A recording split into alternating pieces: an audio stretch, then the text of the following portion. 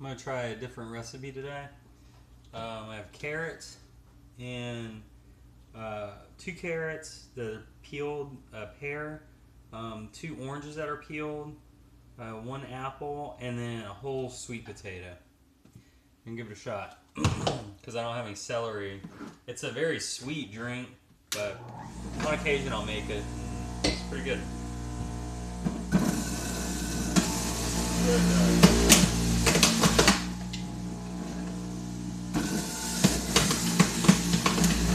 I've never put carrot in it before, so interesting.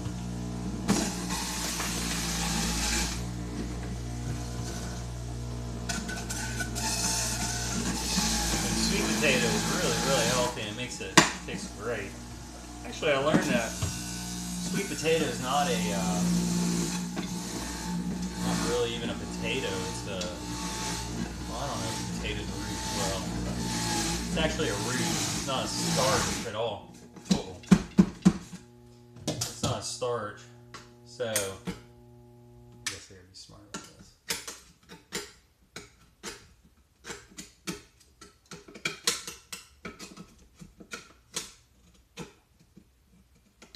That should about do it. There we go.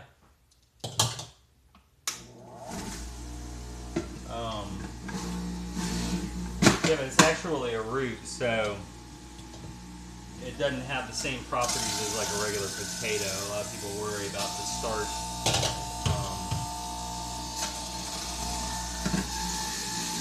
Sweet potatoes are unique.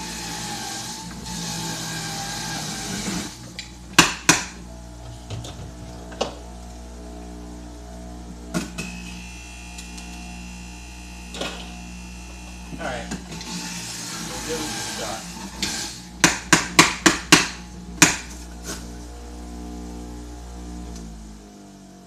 Let's see what it tastes like.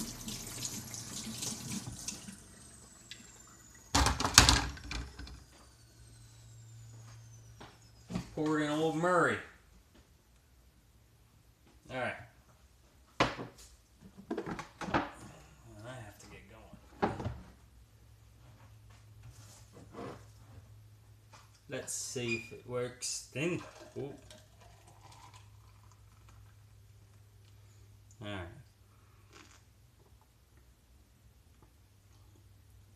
Yeah.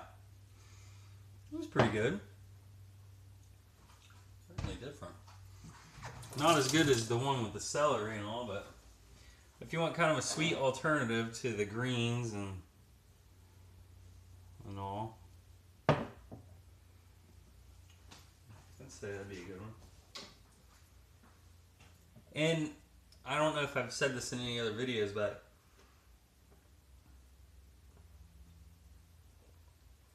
I do 3 different types of drinks. Mainly green, because greens have everything you need, and they heal my joints big time. I had some major like inflammation, and green drinks, ginger with them, lemon and everything. That's why I love the lemon ginger blast. Not only that, because it tastes great, but I do 3 different types of drinks. I do green, red, and orange. And so the green I use for my joints. The red I use for really circulation and just improving blood flow. I drink so much potassium and have really just, my blood pressure is at its best it's ever been, and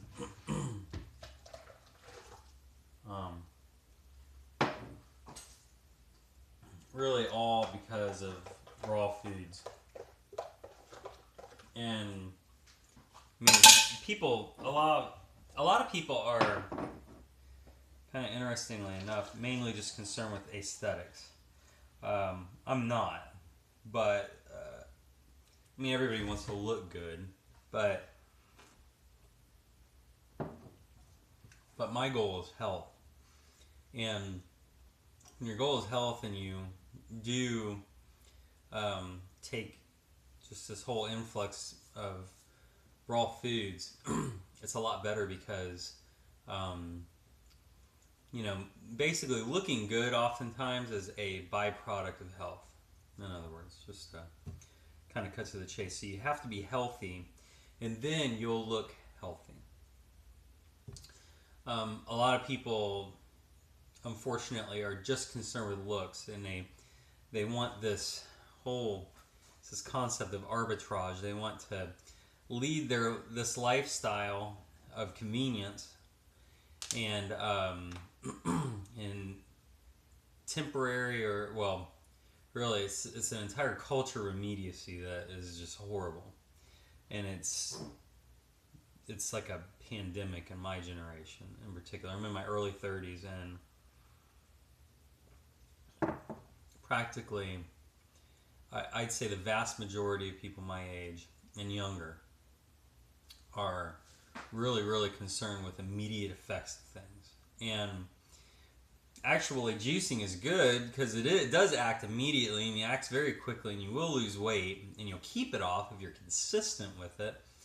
But a lot of people say, well, it is veggies, and it's not as sweet as I'd like.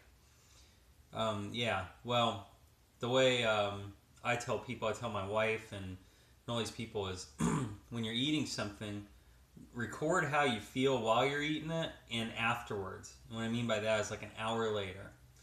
And in fact, I mean, you could do it in 3 parts and say even like a whole day later, how do you feel? Whenever I have sugar, on occasion I'll have sugar, you know.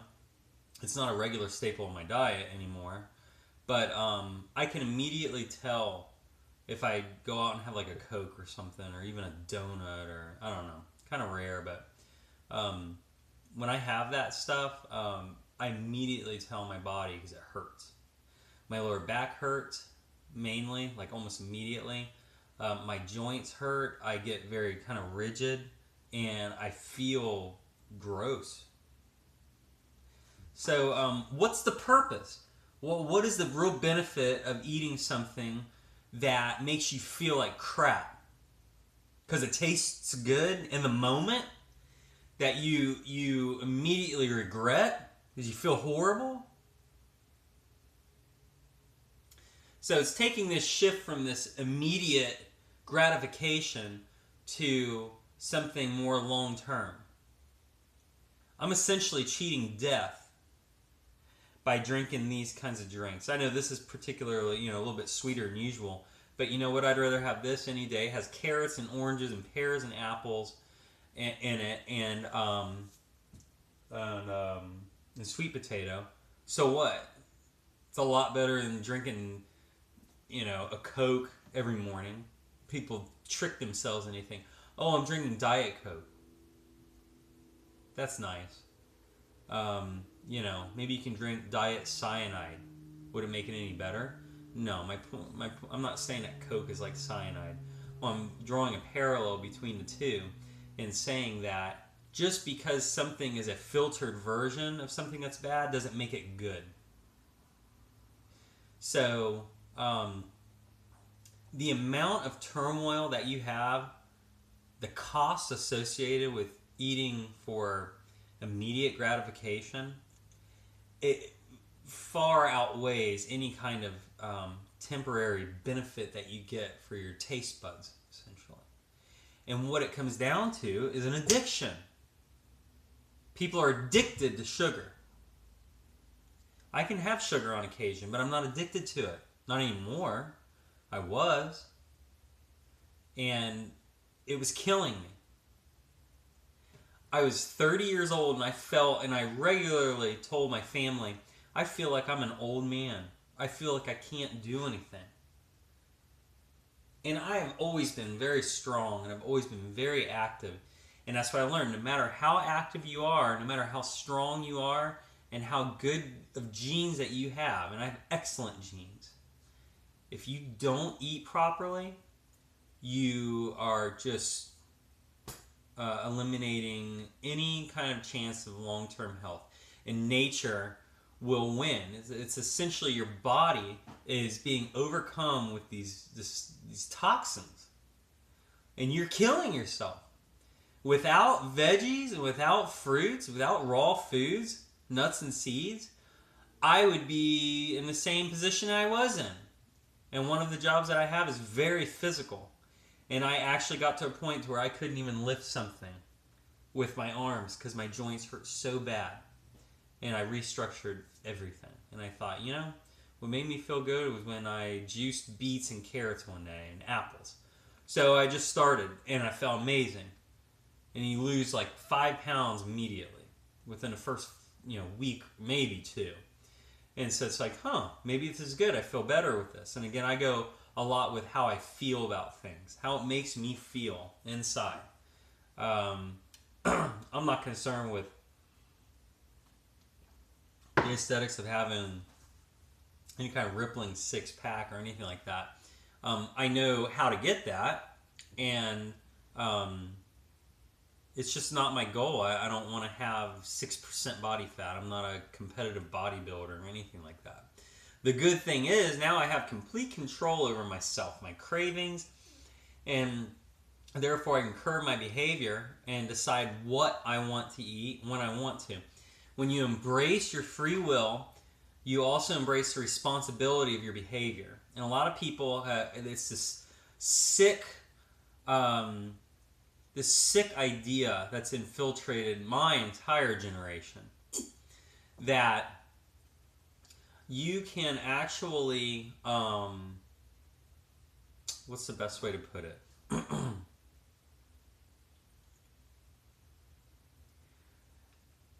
I think the best way to put it would be that you can, it's this false notion that you can live without any kind of repercussions to your actions because your actions aren't really yours. It's this denial of self-ownership. It's just this denial. Oh, it's not your fault. Don't feel bad.